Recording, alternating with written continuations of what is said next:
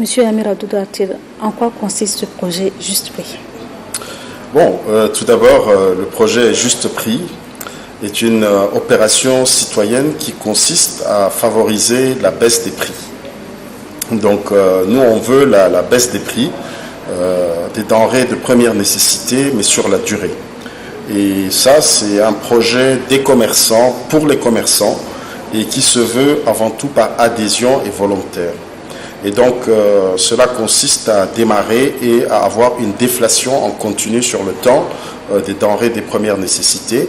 Mais avant de commencer cette opération, on a besoin d'avoir un postulat de départ. Et donc, c'est ça, ce postulat de départ, il va se faire d'une manière tripartite, parce qu'on est 3 sur l'opération, à savoir le ministère de Commerce, qui a une brigade de contrôle des prix, qui est maintenant également à pied d'œuvre pour relever les prix des denrées de première nécessité sur les différents marchés de N'Djamena. Ensuite, nous avons 3 organisations de défense des consommateurs qui, eux également, sont mis à contribution à travers un accord de partenariat qu'ils ont eu avec la Chambre de commerce. Et puis la liste que nous avons, qui concerne les commerçants et la Chambre de commerce, on avait validé cette liste avec nos adhérents. C'était en date du 30 avril 2019. Et donc, avec ce constat-là, moi-même, je suis descendu sur le terrain avec une équipe restreinte pour constater l'effectivité des prix qu'on nous avait annoncés, parce qu'on va avoir une très grande rencontre autour du ministre pour arrêter officiellement les prix des denrées alimentaires de première nécessité. Avez-vous envisagé d'étendre vos actions dans les autres villes du pays, ou bien ce projet se déroulera uniquement en N'Djamena?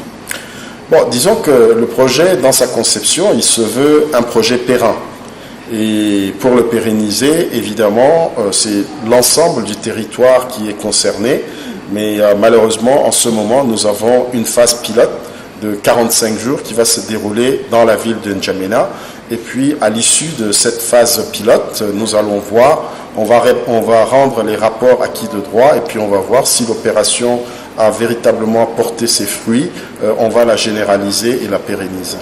Selon nos sources, une personne revendique ce projet. Concrètement, comment a été conçu le projet? Pouvez-vous nous apporter des clarifications à ce sujet? Bon, disons que moi je pense pour un sujet aussi important, cette polémique est une polémique inutile. Effectivement, on avait un initiateur d'un projet qui s'est rapproché de la Chambre de commerce et on a eu instruction de la mise en œuvre de ce projet. Mais évidemment, comme tout projet qui concerne la majorité, ce projet doit d'abord faire l'objet de validation avant sa mise en œuvre. Mais malheureusement, le projet en question nécessitait des subventions de la part de l'État. Et donc, nous, en tant que Chambre de commerce, on n'est pas habilité à initier de tels projets qui ont des incidences financières au titre du Trésor public. Et donc, nous, on lui a tout simplement répondu que son projet n'était pas recevable au titre de la Chambre de commerce, mais ça ne veut pas dire pour autant que son projet est abandonné. Quels sont les mécanismes de contrôle de prix? Êtes-vous sûr que les prix négociés seront respectés? Bon, disons que sur ce point-là, c'est là où l'initiative elle est importante. Comme je vous l'ai dit, on a d'abord un postulat de départ. Et sur base de ce postulat de départ, nous allons négocier avec des commerçants. Et évidemment, il y a également une contrepartie qu'on va devoir faire. Pour juste rafraîchir un peu les mémoires, c'est que les prix qui se trouvent sur le marché, c'est le prix de revient, tout effet confondu, c'est les taxes de l'État plus la marge du commerçant. À cela, sur nos marchés, il se trouve des frais occultes entre commerçants eux-mêmes déjà. Il y a ces frais occultes-là qu'on va essayer de démasquer. Et puis, il y a également des frais occultes qui ne sont pas au titre réglementaire, qui sont également opérés au niveau de l'instance administrative. Et donc, le pari que nous voulons faire, c'est demander aux commerçants de baisser un petit peu sur sa marge, voir avec l'État pour négocier des baisses sur les charges directes. Et évidemment, des deux côtés, on va essayer de démasquer ces faux frais-là pour que, en définitive, ce soit le commerçant qui puisse bénéficier un peu de cette réduction des prix. Le projet portera ses fruits. Y a-t-il une garantie de l'État sur les promesses? Vous savez, tout projet a des objectifs. L'actuel projet, il a un seul objectif unique qui est la baisse des prix des denrées alimentaires sur l'ensemble des marchés du pays. Et je pense que cet objectif-là, c'est un objectif qui est partagé un peu par tous les acteurs. En premier lieu, l'État qui est désireux de soulager le panier de la ménagère. Ensuite, les associations de défense des consommateurs qui, leur objectif est également de veiller à ce que le citoyen paye la denrée à ses justes prix.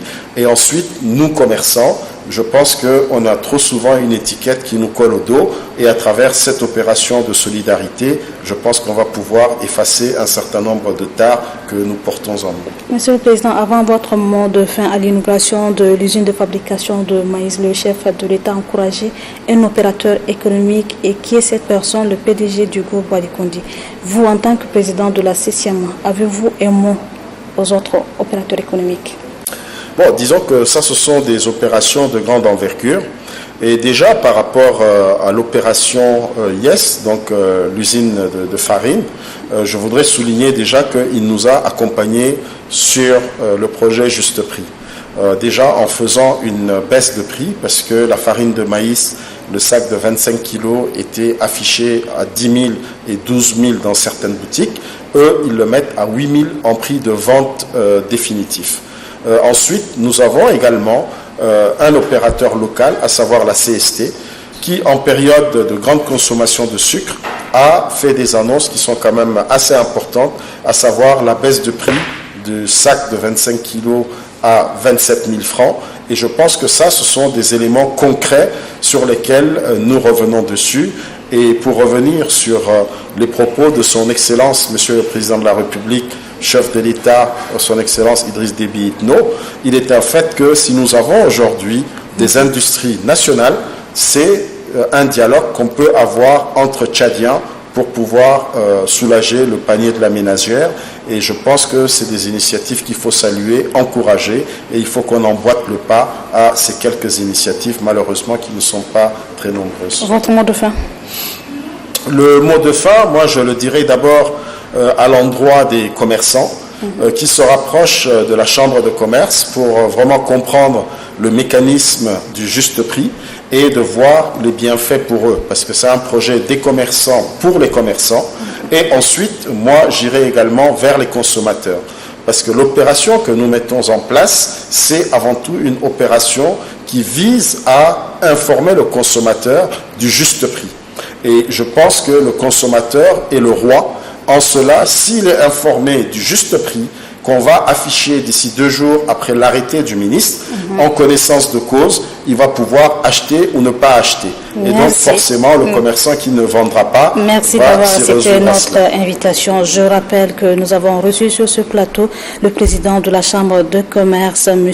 Amir Adodo Artinil. Il a été question avec lui de débattre sur le projet Juste Prix qui consiste à faire baisser le prix et vendre moins cher les produits agroalimentaires.